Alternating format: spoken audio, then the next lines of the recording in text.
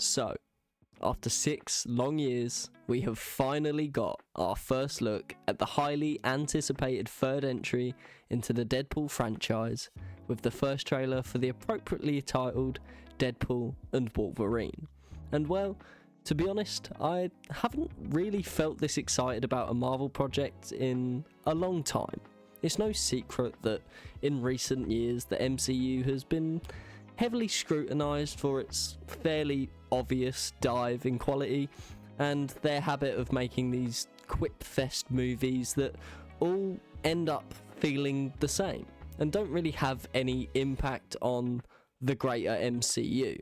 Although there have been some fairly decent moments with things like Guardians of the Galaxy 3 and Loki, for example, but since Endgame, it's all been pretty downhill. And for the first time in a long time, I think I can actually say that my hopes are pretty high for this one.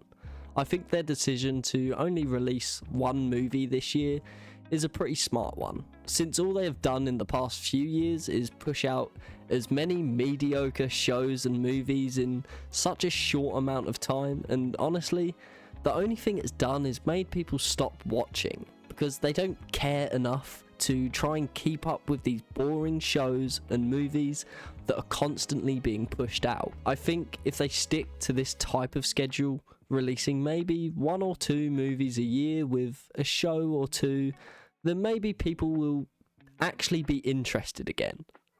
Anyway, Deadpool 3, what do I think? Will it be the movie to save all comic book movies, and can it save the MCU as a whole? Well, for a start, I think it looks fun. It's definitely going to be a good time to watch. I have absolutely no doubt about that. From what I've seen, Ryan Reynolds, Hugh Jackman and Sean Levy, the director, have all put in so much passion and energy into this, as well as having been given a lot of creative control. It seems like they have all just had a pretty good blast making this together. So yes, I do think I can say that it's gonna be a good movie, but whether or not it can save the MCU is another question. I do think that for sure it can drum up a lot of excitement again for the franchise, but I honestly don't think that just one movie, no matter how many cameos and Easter eggs you cram into it, can single-handedly save a slowly dying franchise. Marvel really need to take this opportunity to show people what they have to offer in the future with R-rated content, and that they're no longer going to solely focus on the quantity of content, but the quality.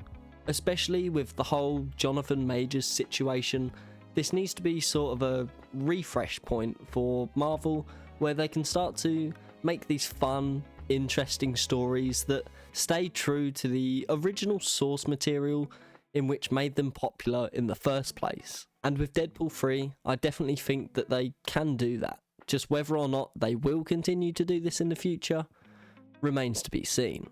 I know next year we're supposed to be getting like 3 to 4 movies, so it's already looking unlikely, but maybe they see some sort of sense from the potential success of this and maybe rethink their plans.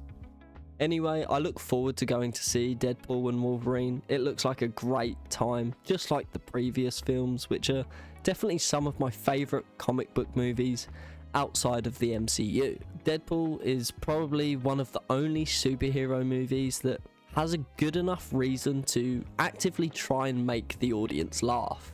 The jokes are actually pretty funny and aren't little one-liners from side characters whose whole personality is them just trying to be this jokester. To be fair, I thought I was dating Megan Thee Stallion.